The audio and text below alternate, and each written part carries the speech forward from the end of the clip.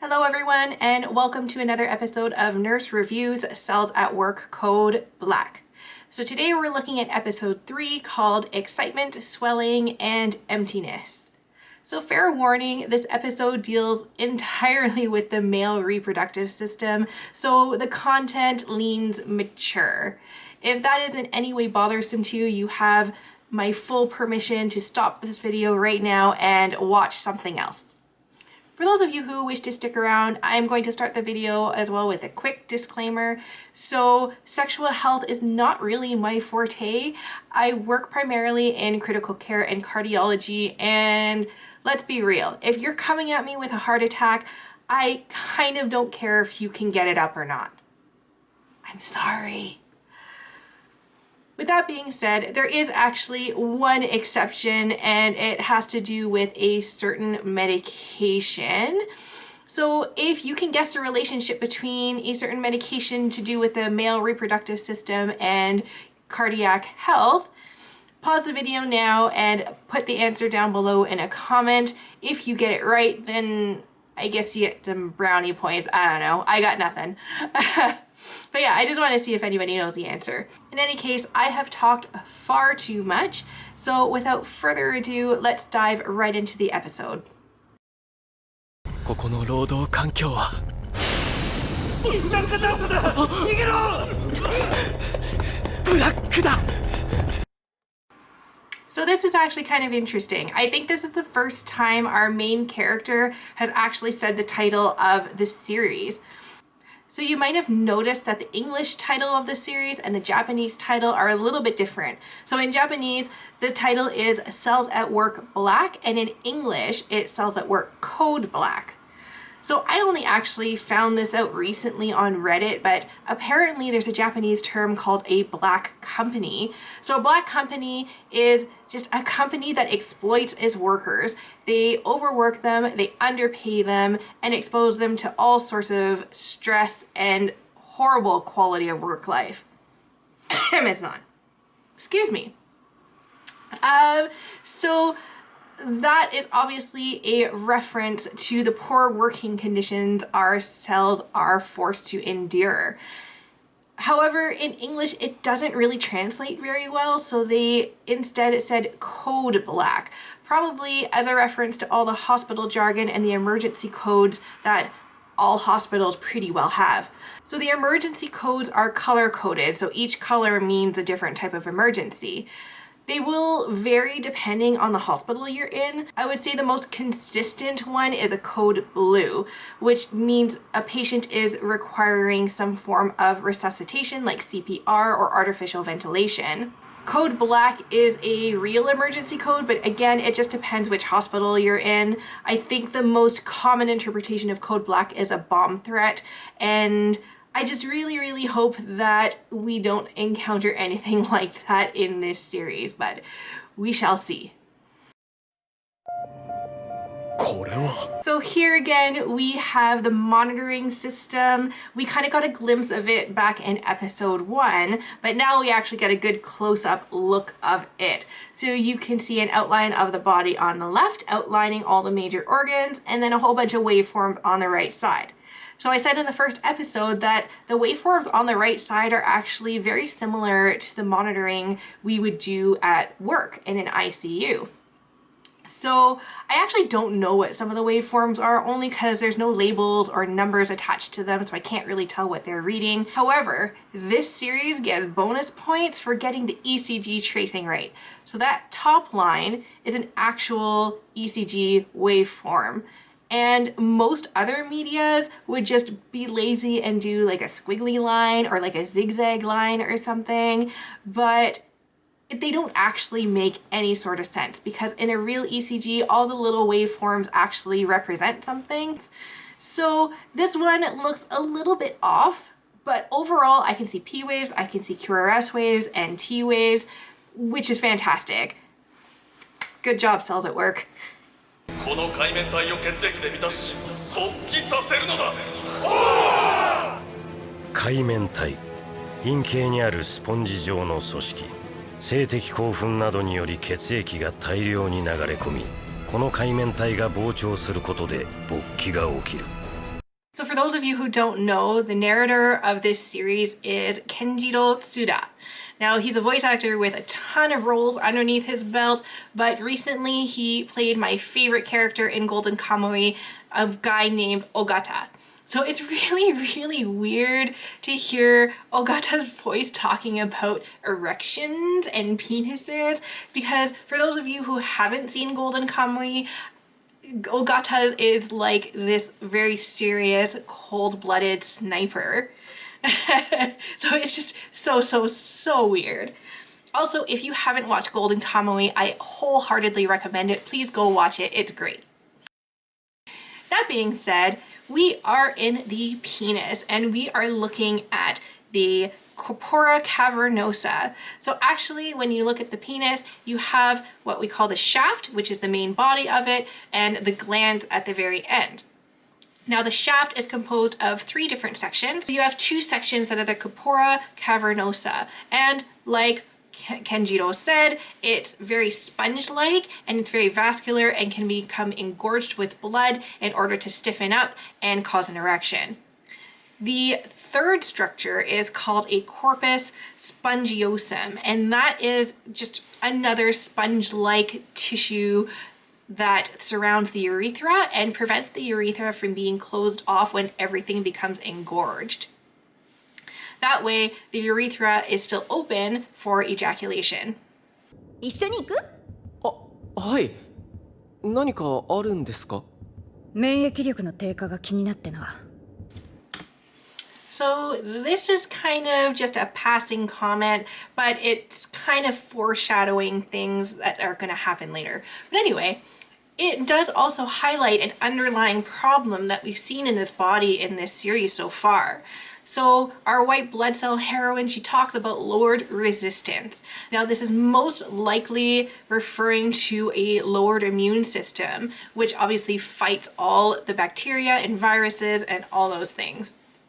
Now, it's become quite clear that the host body does not really take great care of itself. So there's high amounts of stress, they smoke a lot, they've been drinking more, and I'm going to bet that they also just don't eat very well either. Now, all of these things have been known to affect your immune system in a negative way. So she is absolutely right to be concerned about the lack of resistance to bacteria and other infections. ここが睾丸。睾丸。精子の発生、形成が行われる。出来上がった精子は精巣状態に貯蔵される。So we have made it to the testes or the testicles, whatever you want to call them, both terms are correct. So as we learn here, the sperm are formed initially in the testes and they are immature at this stage. You will see here that they are eventually nurtured into more mature cells and then they move into a structure called the epididymis. So the epididymis is like this really long tube that has been coiled up really tightly and sits around the testicles. As the spermatogonia move through that long tube of the epididymis, they gradually mature and end up in the vas deferens. They move from the vas deferens all the way to the urethra and gradually mature until they are ready for ejaculation, which we shall see later.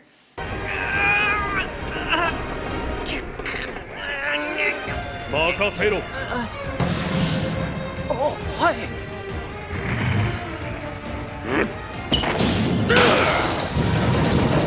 動いた。 So in actuality, your red blood cells can't really exert any pressure on their own that I'm aware of. So basically, blood pressure is pretty much just a certain volume in a certain space. And obviously in the penis, you get a big rush of blood into that artery and that causes higher blood pressure, which causes expansion, which causes an erection. So if you remember back in season 1 of the main Cells at Work series, that episode where they're in the heart, when the red blood cells are gathered together in one of the chambers of the heart, they're squeezed tightly together. I would imagine it would look very similar here, except I guess they've chosen to show just how hard our red blood cells are working. 血液充填率 50%。 第1段階突破しました。みんな出発の準備をしましょうね。はーい。 Is it just me, or are these sperm really creepy instead of cute? So you'll notice that the sperm are swimming around in this fluid. So as the sperm mature and move through the vas deferens, they actually pass by a bunch of different structures that secrete these fluids. So those structures would be the seminal vesicles, the Cowper's glands, and the prostate. This fluid provides all the nutrients that the sperm need to move, especially things like glucose and fructose that provide them with energy. The prostate secretes a more alkaline solution, and that protects the sperm from the eventual acidic environment of the female reproductive tract. The sperm plus that fluid together are what we call semen. 赤血球たちが海面体から押し返されました。勃起率 50% に低下。45、40、止まりません。なぜサイクリック GMP の量が増加しない？性的興奮がうまく神経を通して陰茎まで伝達されていないようです。蓄積されたストレスが原因かと。So, our host body was unable to maintain an erection. Now, there are many factors that contribute to erectile dysfunction, and one of them is indeed mental. Now, I mean, I don't have a penis, I don't know what it's like to have one, but I believe a mental aspect is definitely present there in order to keep in a state of arousal. Other factors would include lifestyle. There are a few different things that can cause this erectile dysfunction. So one of them is poor circulation, which we've already kind of touched on in episode 1. So things like smoking and poor diet and high cholesterol, they can lead to poor circulation, just because you can see in all the blood vessels our red blood cells pass through, there's lots of rust, there's lots of dirt, there's lots of plaque and fatty deposits everywhere that make it difficult for the cells to move through them. Poor circulation can also cause neuropathy. So neuropathy just means damage to nerves. If the nerves are damaged, this can lead to decreased sensation. So obviously, if you can't feel anything with your penis, you're probably not going to maintain arousal, and you're not going to be able to maintain that erection. Again, I don't know what it's like to have one. As well, testosterone is the main male hormone and can affect libido. Now, studies have shown chronic psychological and mental stress can actually negatively impact your testosterone levels, leading to less libido and therefore more difficulty keeping an erection. 海面体内のサイクリック GMP 値が上昇しています。何？これは PDE5 の働きが阻害されている？ PDE5 サイクリック GMP を分解する酵素。何が起きている？見つけた。こいつのおかげだ。外部より投与された模様です。これはシルデナフィル。シルデナフィル PDE5 の働きを抑え勃起しやすくする薬 ED 治療などに使われる。商品名としてバイアグラが有名。なんだ？ And here we have it, sildenafil, aka Viagra. So sildenafil is what we call the generic name of the drug. Viagra is the brand name.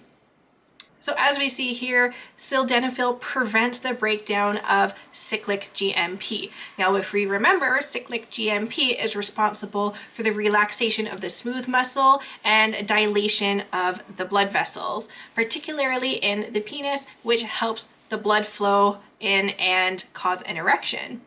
Now, remember how I said there is one exception of where I care about erectile dysfunction working as a cardiology nurse. Now, that one exception is called Viagra or sildenafil. So, like I said, sildenafil ultimately causes vasodilation. When somebody is having chest pain or angina from, say, a blockage in the coronary arteries, we give a medication called nitroglycerin. This drug can be given as a spray underneath the tongue, it can be given as a patch on the skin, or for those of us in critical care, we can give it as an intravenous drip. Now, the mechanism of action of nitroglycerin is to cause vasodilation, just like sildenafil. There are other drugs within that class of nitrates, as we call them, like nitroprusside or isosorbide dinitrate, but all of them are contraindicated in a patient who is taking Viagra.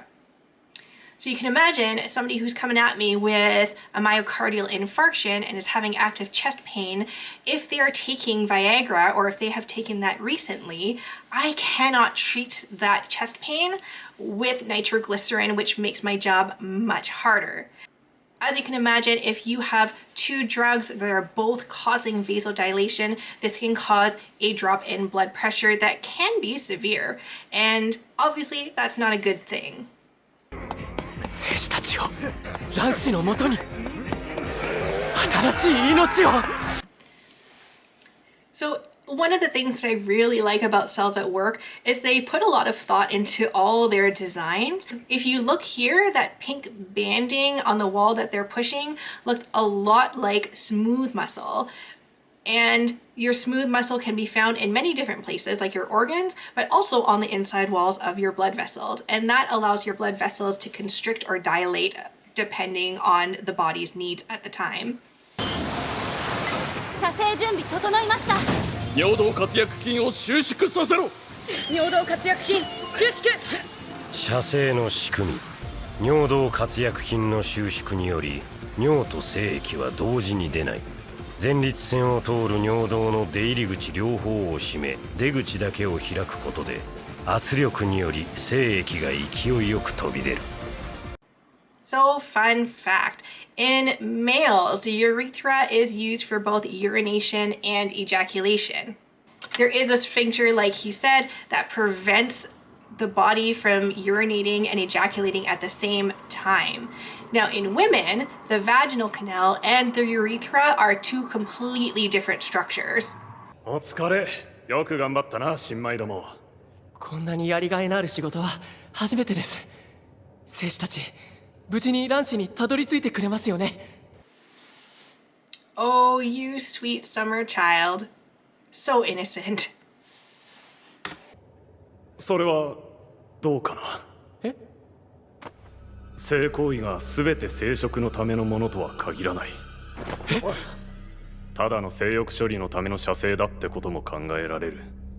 むしろその可能性の方が高いだろう。ただの性欲処理。じゃあ僕たちの働きは無駄だったってことですか？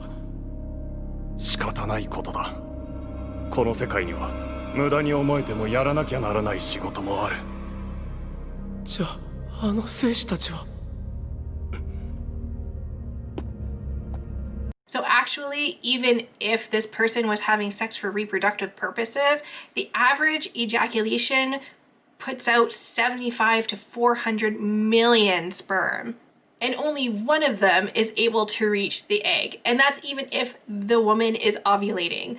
So even if they were having sex to have a child, there is actually no guarantee that they're even going to reach the egg. And even then, only one of them is actually going to get there, and the rest are just going to die off anyway. 今すぐここから逃げろ。白血球さん。今の性交渉でこの体に臨菌が侵入した。And that concludes our episode. Now we've left it on a cliffhanger, and it seems like our host body had unprotected sex and let in a sexually transmitted infection. So we will cover that next episode. But in the meantime, I'm gonna sign off for now. I hope you guys learned something. I hope you guys enjoyed. If you liked it, please feel free to like and subscribe to my channel. And if not, that's fine too. That's okay. Also down below is a link to my coffee page if you feel like leaving me a tip. I will need all the coffee that I can get during this pandemic. Yeah, I hope you guys have a good day. Bye for now.